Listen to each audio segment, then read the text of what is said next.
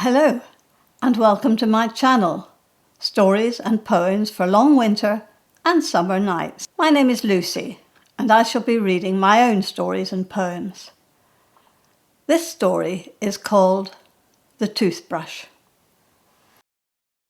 Josh lay on his back staring at the ceiling. There were so many emotions that he'd never experienced before. Somebody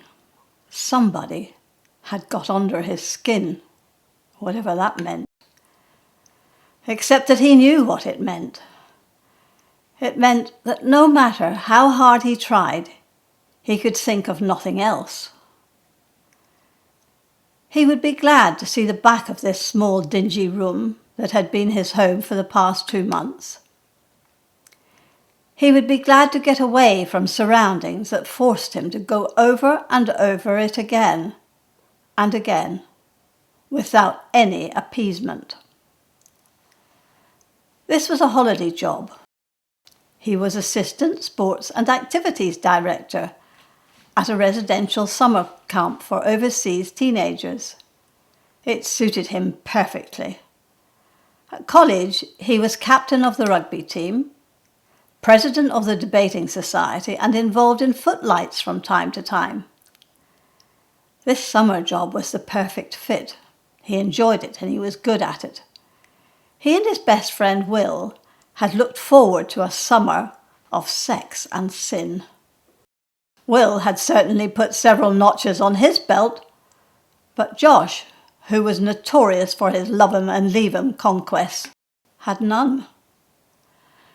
It all started in the Eagle, a local pub, at the end of the first week. Josh singled out a potential conquest at the other end of the bar. Pretty, slim, long fair hair. He thought that she had returned and held his gaze long enough to show interest.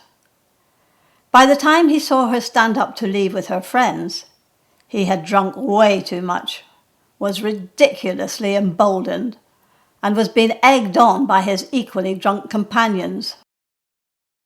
As she approached his table, he stood up, lurched towards her, and leaned in.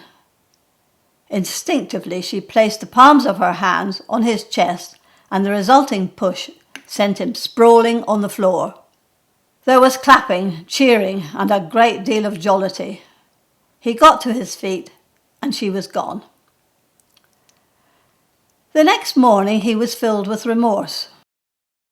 He didn't need the cut on his arm and bruise on his bottom to remind him that he had been an idiot, a totally out-of-order idiot. According to his friends, the girl was called Kate and was a waitress in the canteen.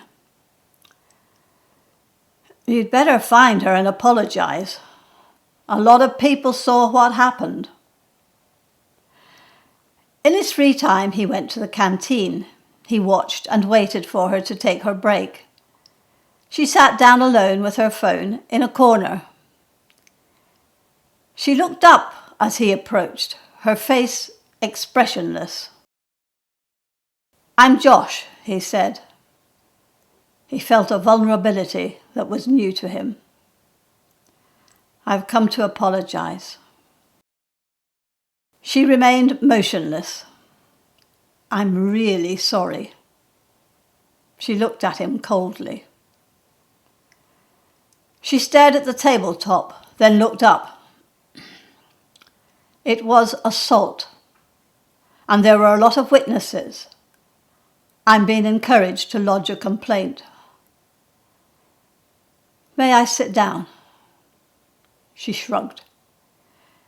"You had no right to do what you did. It was embarrassing for me and frightening."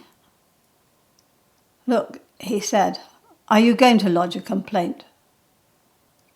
"Tell me why I shouldn't." "Because I was a total asshole, showing off in front of my friends, and I don't know how to make amends." "You can't. You can't undo what you did. I could be scarred for life." He hung his head, but when he looked up, there was almost a little smile on her lips. "I'm Josh. Yes, you said." I'm a student and I'm not a bad guy, and I would love to buy you and your friends a drink and talk sensibly and beg forgiveness in front of everyone. No need.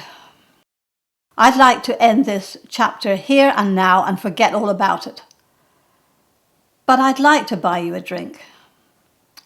Look, Josh, I'm a student too. Oh, where? Bristol, not that it matters. What are you studying? Modern languages. Just listen. I'm working here to earn a bit of money to pay for a visit to my fiancé, who is currently working at MIT. This was not what he wanted to hear. There was something captivating about this girl. He wanted to talk more. My break is over, she said in a matter-of-fact way, and so is the flagellation. Apology accepted, over and out. Okay, except that it wasn't over for him. All summer long he spent time in the canteen when he could, pretending to prepare timetables of activities. He watched her chatting with the students, sometimes speaking some French or Spanish. Occasionally she spoke to him and he learned a little more about her. Her parents lived near the coast in Dorset, only 20 minutes from his parents. She liked sport, music and movies. Pity about the boyfriend was his frequent thought. One night she and her friends accepted a drink with him and Will at the Eagle. It was fun. She was quick-witted and now confident enough to look him straight in the eye and shake her head. Did it mean, "You naughty boy," or did it mean, "What a missed opportunity"? He didn't know, but he did know that he loved being in her company. And now it was the last night, and he wasn't in the Eagle with Will. He was alone in his room, feeling all mixed up. He had been out on excursions the past 2 days, and it was Will who had reported that Kate had been seen crying, and the word was that her fiancé had broken off with her. There was a loud knock at the door. "For Christ's sake, Josh, it's the last night. Come on out for a drink." "Just go away. I have a headache." I bet he's someone in there with him," he heard Will say. So, he thought to himself, Kate was broken-hearted, and he was probably the last person she would want barging into her misery. Another knock at the door. "Go away, Will. I told you I have a headache." Another gentle tap on the door. He got up, opened the door, and there was Kate. They stared at each other. All bravado instantly drained from him. He stood, awkward and unsure of himself. "Well, can I come in?" She stepped into the room and closed the door. "I suppose you heard the news. I got dumped on WhatsApp." He remained tense, unable to think of anything to say. She was looking around. "What is it?" asked Josh. "What are you looking for?"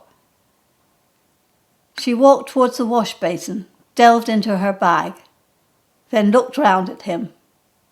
"I was just looking for somewhere to put my toothbrush." If you've enjoyed this story, don't forget to like and subscribe and look out for the next story. But this is all for now. See you soon. Bye.